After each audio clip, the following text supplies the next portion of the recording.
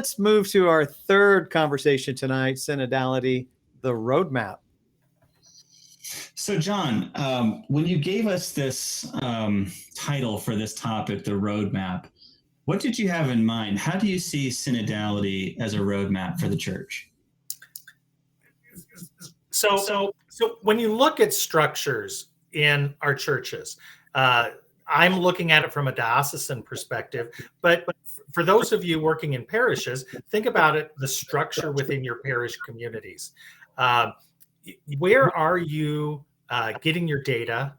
Where are you getting your information to make the best pastoral decisions possible? When you look at it from a diocese, there is a lot of different perspectives.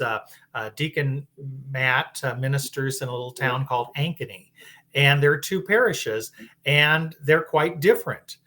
So if you were to try and chart the path forward using the other parish in Deacon Matt's parish, that roadmap wouldn't work very well. So I think the key here, what I was trying to say is that Pope Francis's holy vision of a church engages kind of three legs of a stool. So think about a three-legged stool. One leg is communion, one leg is participation, and the other leg is mission. And so there's kind of that roadmap. We listen, we do that active listening. Synodality becomes the way in which we gather the data, gather the landscape of the ministerial experience, but then it becomes a roadmap for each parish in a consultative way to chart the mission, so that again, you are serving those who are coming into the church, but more importantly, you're equipping and empowering those going out, and especially thinking about the whole parish boundary, or for me, the whole Church of Southwest Iowa. You know, for our check for engagement here, what I'd like to offer out based on what you just said, John, is I bet you many people on this have had the experience of doing planning, whether it's planning for parish mission or some other kind of mission, a company mission maybe, or even a family mission. This is who we're going to be here in the Hollaback household. Sometimes we get stuck in the planning. Yeah. There's a lot of planning that can go into that, to mission forecasting, visioning, that kind of a thing. How do you get out of the planning process and start executing?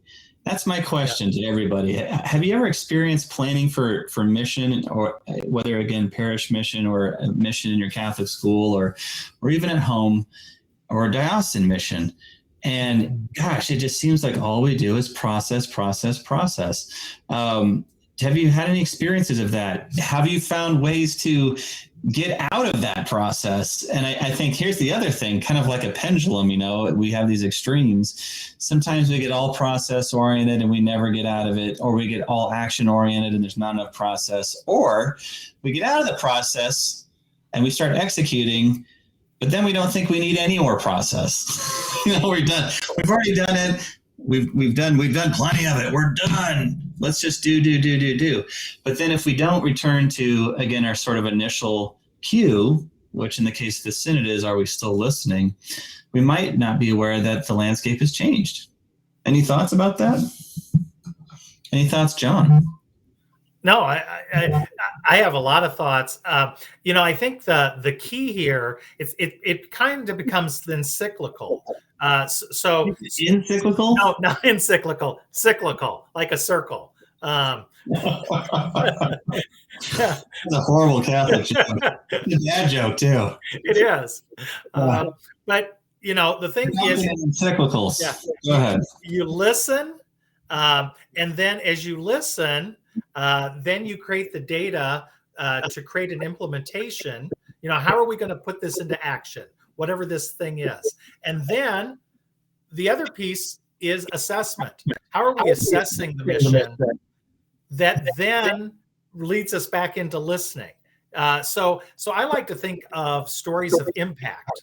I think that's one way in which you can try and take what you're trying to do in a larger level and whittle it down to a few stories.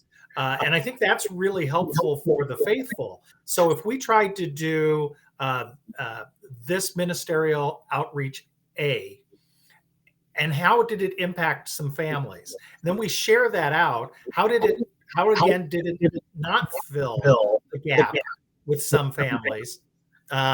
Learn from that. And then what do we need to do to tweak this so that it continues to be better and reach the mission goals we're hoping for? That assessment piece has to be an important part of this synodal process. All right, so now it's non-sacramental confession time. So since I'm not a priest, it's non-sacramental confession time. Do you, given what you said, we're kind of putting a bow on all that's been said here. The church finds itself in a very difficult time. It's beset by a lot of challenges, a lot of those self-created, a lot of those imposed on it. Credibility is at a premium. People are leaving at a ratio still, I think, of 6-1. How do you really think in your heart of hearts, John, that this synodality practice and the upcoming synod is going to have a positive impact on the church, is going to make some significant kind of change? Do you really see that? Yes, I do. And that was not, you did not pay me for that. Just want to say that was not a solicited response. Why do you say that, John? I say that because the Holy Spirit has been given to us, and not just to a subset, not to just those who are working for the church, not to just those who are clergy. Love our clergy, they're awesome, but it's not just, it's given to us. And so we need to take ownership of that and then share that back to the church. And when we do that,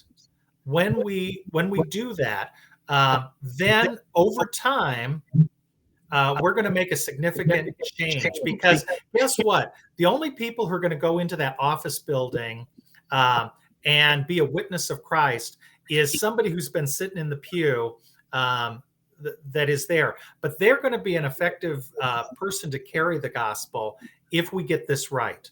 And if we continue to refine this synodal process. So I do really believe that it is going to make a difference, because it brings people together. It helps people model what communion really is. It invites people into participation, mostly by just listening without judgment. And it then says, how can we help you?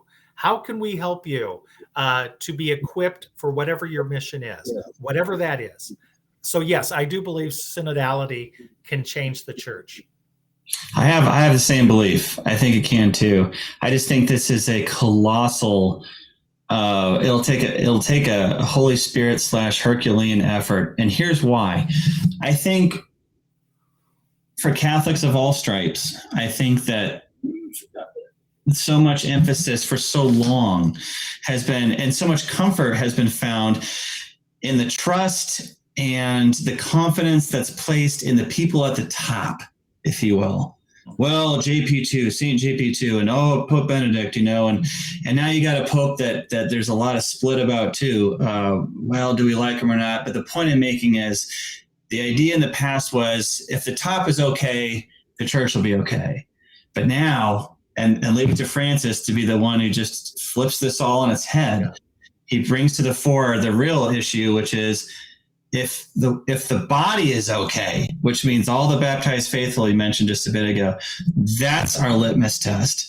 How involved they are in the mission is the litmus test of the health of the church. And to get to that point where every baptized person is living out their call more intentionally, I'm telling you, if it happens, and I think that if it's going to happen, of course, God will make it happen. But it's not only going to remake the church, John, it's going to remake the world.